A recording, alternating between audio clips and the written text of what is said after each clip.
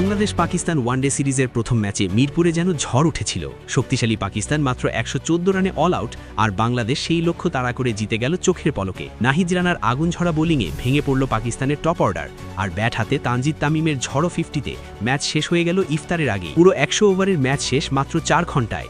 এমন দাপুটে এক পেশে জয় শেষ কবে দেখেছে বাংলাদেশ? তাহলে কি আবার ফিরে আসছে সেই ভয়ঙ্কর টাইগাররা? চলুন দেখে নেওয়া যাক বাংলাদেশের এই অবিশ্বাস্য জয়ের পুরো গল্প। মিরপুরের শেরে বাংলা ন্যাশনাল ক্রিকেট স্টেডিয়ামে পাকিস্তানের বিপক্ষে দাপুটে এক জয় তুলে নিয়েছে বাংলাদেশ। ম্যাচের ফলাফলই বলে দিচ্ছে এই জয় কতটা একপেশে ছিল। পুরো ১০০ ওভারের ওয়ানডে ম্যাচ শেষ হয়ে গেছে মাত্র 4 ঘন্টার মধ্যেই। এমনকি রমজান মাস হওয়ায় ইফতারের জন্য যে ৪০ মিনিটের বিরতি রাখা হয়েছিল সেটিরও আর প্রয়োজন পড়েনি। এই ম্যাচে প্রথমে ব্যাট করতে নেমে মাত্র ১১৪ রানে অল আউট হয়ে যায় পাকিস্তান, আর সেই লক্ষ্য তাড়া করতে নেমে বাংলাদেশ মাত্র ১৫.১ ওভারেই জয় নিশ্চিত করে ফেলে। বাংলাদেশের এই জয়ের মূল নায়ক ছিলেন তরুণ পেসার নাহিদ রানা। বল হাতে তিনি একাই পাকিস্তানের ব্যাটিং লাইন আপকে ধ্বংস করে দেন। পুরো ম্যাচে মাত্র ২৪ রান খরচ করে ৫টি উইকেট তুলে নেন তিনি। পাকিস্তানের বিপক্ষে ওয়ানডে ক্রিকেটে এটি বাংলাদেশের সেরা বোলিং পারফরমেন্স।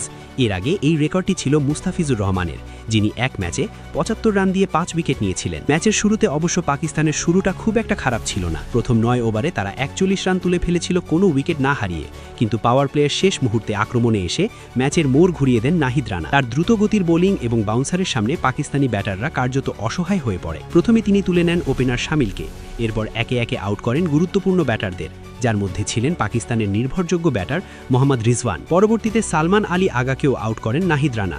শরীর বরাবর করা এক বাউন্সার খেলতে গিয়ে সিলি পয়েন্টে ক্যাচ দেন তিনি।